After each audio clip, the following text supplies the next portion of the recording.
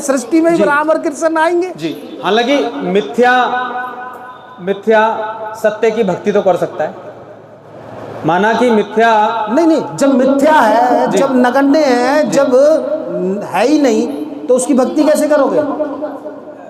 मैं मिथ्या की भक्ति की नहीं कह रहा गुरु जी, मैं इस जो हमारा नश्वर जो हमारी दुनिया है, जो हम अगर अब वैसे खुद ही देखें तो बचपन से आज तक हमारे शरीर कितनी बार बदल चुका।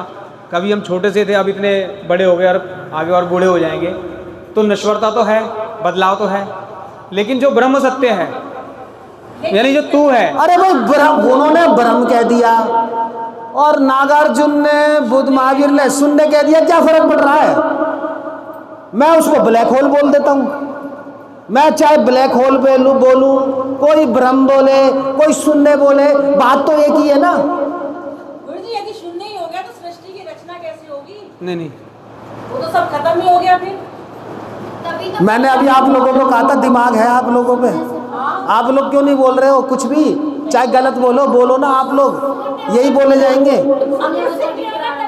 आपकी भक्ति फेल होने लग रही है। यहाँ पे मंदिरों में हजारों रुपए लगा करके आपने मूर्तियां लगा रखी हैं। पकड़ो, बोलो सब बोलो। खाटू श्याम जी पे आप जो है पैदल चल के 40 किलोमीटर जाते हो, माता वैष्णो देवी पे इतने कष्ट से चढ़ाइयां चढ़ते हो।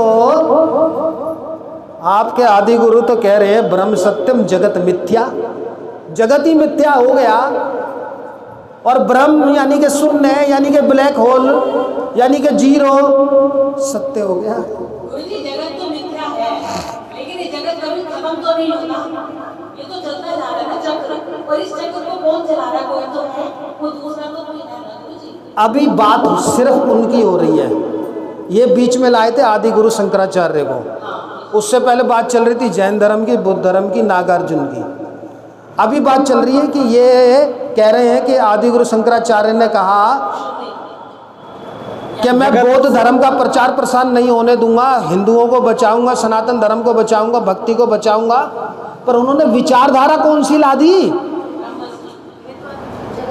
अद्वैतवाद की। शाबाश, इनके लिए ताली बजाओ। लेकिन अद्वैत नहीं है ना, है तो द्वैत। द्वैत यानी कि कोई दूसरा है ही नहीं।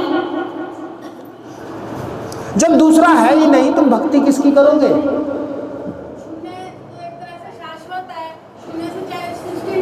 अरे जब शून्य है तो वो रहा ही नहीं, जब रहा ही नहीं तो क्या शाश्वत रहा?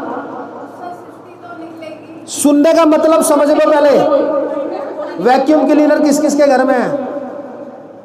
यहां तुम्हारी भक्ति फेल होने लग रही है, तुम घर गृहस्थी की बात कर रहे हो। आप कीर्तन करते हो 1-1 घंटे 2-2 घंटे भक्ति का करते हो, और वो भक्ति आपकी यहाँ फेल होने लग रही है। क्या खा कीर्तन करते हो आप?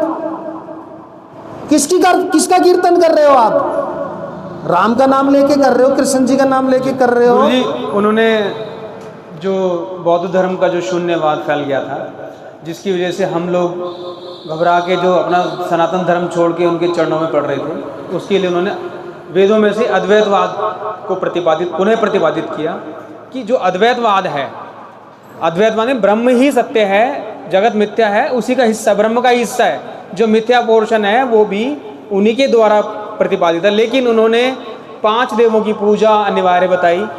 नहीं, उसमें बाद में आएंगे।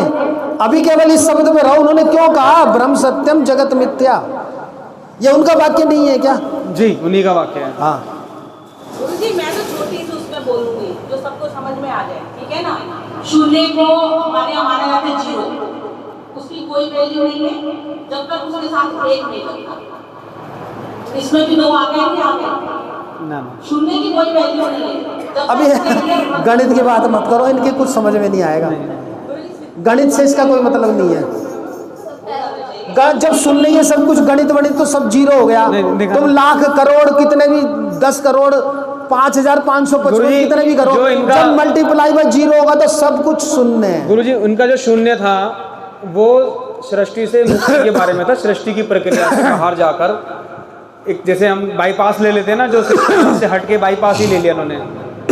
जो बौद्ध जो शून्य है वो कहता मुक्ति की, यानी जगत से आप दूर हो गए, जगत में अब आपकी एंट्री नहीं है। जगत में एंट्री की जरूरत नहीं है। अरे गुरुजी ने कहा बिल्कुल न रहे तो एक तरफ जा रहा है सृष्टि आ रही है तो ब्रह्मांड से मुक्ति की बात कर रहे हैं शून्य, लेकिन अद्वैतवाद कह रहे हैं कि वो जो भी कुछ है और जो है नहीं वो उसी एक का हिस्सा है।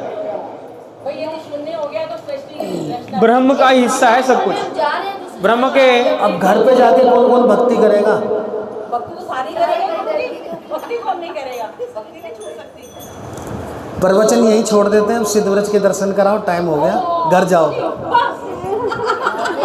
ये क्या करा गुरुजी अब ये बता दो बस छोटा सा उसमें शून्य को नहीं मानेंगे ना, शून्य बस ये क्लियर कर दो जरा सा खत्म।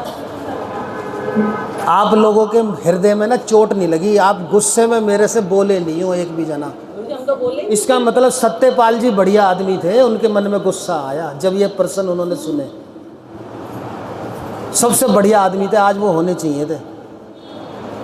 बिरच गए थे वो, आग लग गई थी उनके हृदय में कि गुरुजी ये कैसे कह रहे हैं सुनने, ये कैसे हमारी भक्ति का नाश कर रहे हैं। मैंने कहा सत्यपाल जी आप कितनी बार आए चार्ट को समझने?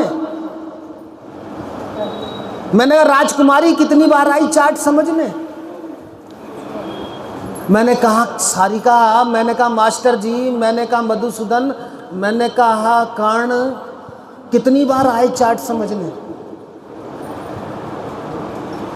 नहीं आई बात समझ में। आज आपके हृदय में चोट लगी, मेरे को बड़ी प्रसन्नता हो रही है।